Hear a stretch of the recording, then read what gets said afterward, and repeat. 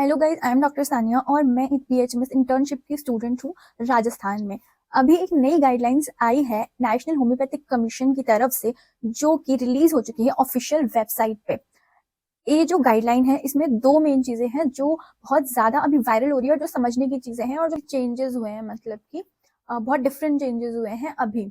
तो उसमें पहला तो है नेक्स्ट एग्जाम के बारे में और दूसरा है एनईटी यानी कि national eligibility test for teachers. ये दो बहुत ही मेन इसमें चेंजेस आए हैं। और नेक्स्ट एग्जाम की बात करी गई है इसमें। नेक्स्ट एग्जाम के लिए इसमें जो मेन पॉइंट्स दिए हुए हैं वो मैं आपको बताती हूँ।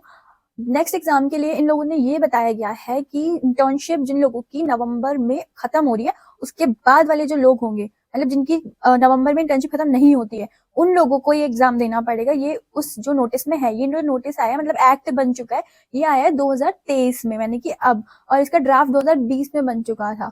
ये इसमें बताया गया है। दूसरा ये कि जो नेक्स्ट एग्जाम है वो 2 बार होगा, एक बार होगा फरवरी में, एक बार होगा अप्रैल में।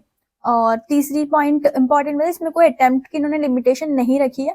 पासिंग नंबर इसमें रखे 50% मार्क्स अगर आपके आएंगे तभी आप क्वालिफाई हो पाओगे, यानी कि पहले इंटर्नशिप कंप्लीट करो, फिर ये एग्जाम दो, उसके बाद फिर आप 50% लाओ और 6 साल की पढ़ाई करो और ये सब करो, और उसके बाद जाके नेक्स्ट एग्जाम क्लियर करो और तब जाके आप प्रैक्टिस कर सकते हो।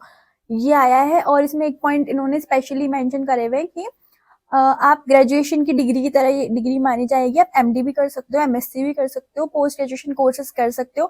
आप एक अंडर ग्रेजुएशन की डिग्री के मतलब ये मान्यता होगी। बट द प्रॉब्लम इज कि यहाँ पर आप प्रैक्टिस नहीं कर पाओगे जब तक आप उसे क्लियर ना करो। ये जो रूल है ये एमबीबीएस वालों के लिए भी आया था, लेकिन ये हट चुका है अभी कुछ महीने पहले। बट हम लोगों के बीएचएमएस वालों के ये रूल अचानक से अभी इन्हीं दिनों में 2 दिन पहले ही आए हैं, और ये अभी बहुत ज्यादा चर्चा में भी है। देखते हैं इसमें आगे क्या होता है। ये 3 पॉइंट नेक्स्ट के लिए बहुत ही ज्यादा मतलब कि भी चल रहे हैं और उस नोटिस में एक्ट में है। अगला जो इसमें आया है एनईटी के बारे में, यानी कि national eligibility test for teachers. अब उसमें ये बताया गया कि जो टीचिंग, अगर कोई असिस्टेंट प्रोफेसर भी बनना चाहता है किसी होम्योपैथिक हॉस्पिटल में या कॉलेज में, तो पहले ऐसा था कि आपको एमडी करना होना चाहिए और फिर आपको इंटरव्यू और कई बार थीसिस वगैरह के बेसिस पे भी लिया जाता था, रिसर्च पेपर के बेसिस पे। अब जो आया है रूल, उसमें एनईटी एग्जाम देना पड़ेगा, उसमें 50% नंबर लाने पड़ेंगे, तब जाके आप एलिजिबल होगे टीचिंग के लिए।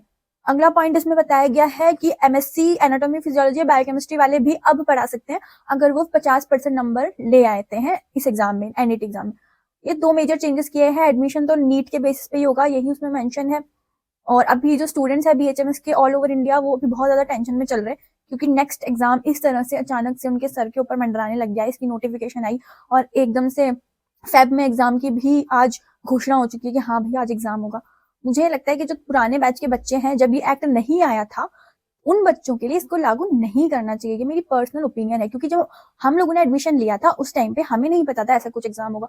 और अगर हमें पता होता तो यार कौन एडमिशन लेगा, क्योंकि 6 साल पढ़ो और फिर एग्जाम दो। और मतलब मुझे लगता है कि ये एग्जाम मेंटली प्रिपेयर्ड जो होंगे बच्चे, जो नए एडमिशन होंगे, जिनको पता हो शुरू से कि हमें एग्जाम देना पड़ेगा, तभी वो एडमिशन ले या ना ले, अपने बेसिस पे, अपने मेंटली प्रिपेयर्ड होकर, आई थिंक वो होना चाहिए। ऐसे पुराने बैचेस के बच्चों के ऊपर ऐसा कोई नेक्स्ट एग्जिट एग्जाम नहीं थोपना चाहिए। और रही बात एमबीबीएस वालों की, तो वो रूल आकर भी जा चुका है, वो हट चुका है, नहीं हुआ उनका। और उसमें तो शायद 2019 का बैच कंसिडर किया था और बाद में तो उनको भी नहीं दिया, उन्होंने भी नहीं दिया एग्जाम। तो मुझे लगता है उस चीज को बेसिस पे लेके एनएचसी को कुछ ना कुछ नए रूल लेके आना चाहिए, कुछ चेंजेस करना चाहिए। आपको क्या लगता है, कमेंट सेक्शन में जरूर बताइए इन चेंजेस के बारे में। Thank you.